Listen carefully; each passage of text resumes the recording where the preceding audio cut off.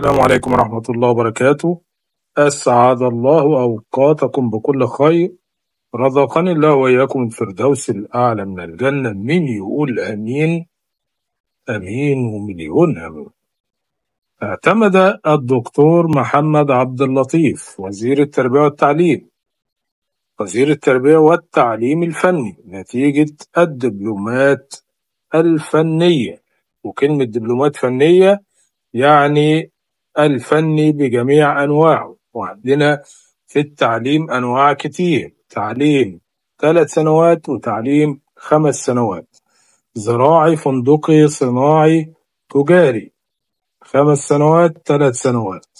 وفي بقى أنواع بقى مختلفة من التعليم: في تعليم مزدوج اللي هو الطلبة بيروحوا المصانع يتدربوا، في تعليم صناعي عام، وفي جدارات، وفي عمال وخدمات. عندنا أنواع التعليم الفني مختلفة جدا وأقسامها كتير جدا جدا، والمفروض إن دي المستقبل والراحة النفسية لأولياء الأمور. نشوف بقى النتيجة. السنة دي النتيجة مرتفعة جدا، كل سنة كانت بتبقى حوالي حاجة و60، السنة دي 70.9.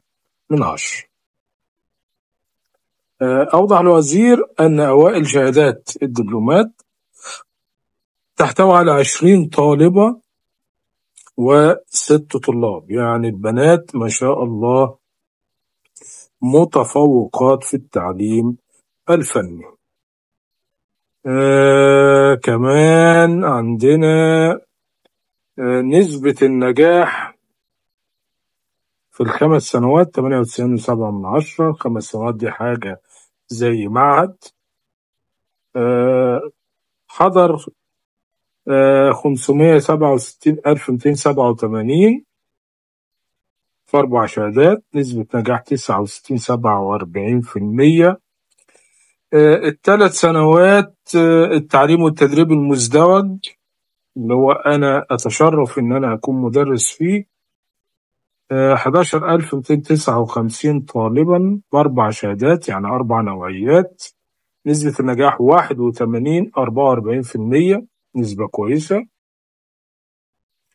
والمطور 3 سنوات المطور والمهني وفق منظومة الجدارات أو منهجية الجدارات اللي أنا برضو أتشرف إن أنا أكون مدرس فيها ومحقق داخلي فيها.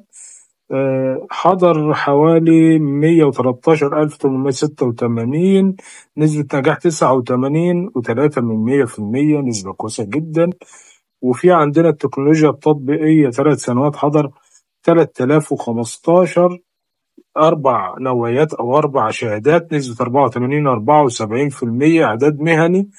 أعداد مهني اللي هم طلاب المهني، حضر 60,110 في 3 نوعيات أو 3 شهادات، نسبة 37.84%.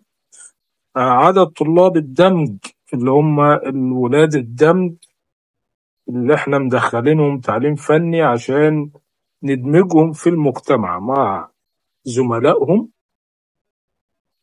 حضر 45 طالب في ال5 سنوات، نسبة نجاح 93.33%. بينما بلغ عدد طلاب الدمج حضروا الامتحان اللي هم في ال3 سنوات 9,738، نسبة نجاح 88.9. وأكد الوزير أن متوسط النتيجة العامة الدبلومات الفنية زراعي وتجاري وصناعي فندقي 70.9%. 7 طلاب، 3 بنات و4 طلاب في القاهرة. السويس طالبة، القليوبية طالبة، محافظة البحيرة 2 بنات من المتفوقات، الوادي الجديد 2 طلبة، الجيزة 2 بنات، الشرقية 2 بنات، بورسعيد 2 بنات، دمياط 2 بنات، البحر الأحمر ولد، ومن محافظة الدهلية طالبة واحدة، وأسيوط طالب وطالبة. عدد المتقدمين بلغ 790,625 طالب وطالبة، إجمالي الحاضرين 786,969 طالب وطالبة، بلغ إجمالي الناجحين 558,018 طالب وطالبة.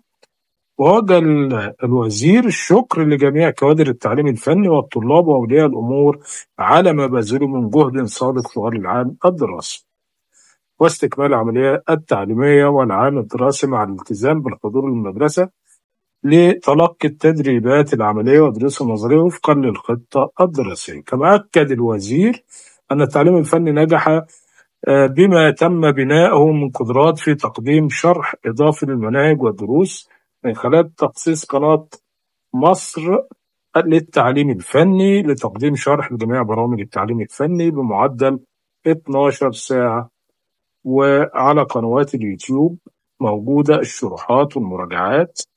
إنشاء وتفعيل وتسجيل التعليم الفني لتوفير روابط شرح للدروس، وتفعيل قناة التعليم الفني بالمديريات التعليمية وصفحات التواصل الاجتماعي الخاصة بالمدارس الفنية. طبعا البيان فيه أرقام ما تهمش حد قوي، لسه في أرقام تانية. وهنأ الوزير أبنائنا المتفوقين والمتفوقات من أبناء التعليم الفني والمدرسين الذين قاموا ببذل جهد في العام الدراسي وكذلك في أعمال الامتحانات في التصحيح وفي الكنترولات. وكل عام وحضراتكم بخير، وتحية مني مستر محمود لكل طالب وطالبة تفوق وكل طالب وطالبة عمل اللي عليه ونجح، وتحية لأولياء الأمور اللي تعبوا وسندوا أبنائهم وبناتهم.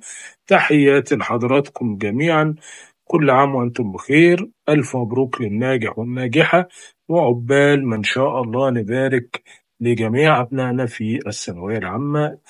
ألف مبروك ألف مبروك ألف مبروك. تحية من القلب لكم جميعا من كادر من كوادر التعليم الفني، كبير معلم الميكانيكا نظري. إلى اللقاء في أفراح أخرى. تحياتي، كان معكم مستر محمود عبد الباسط.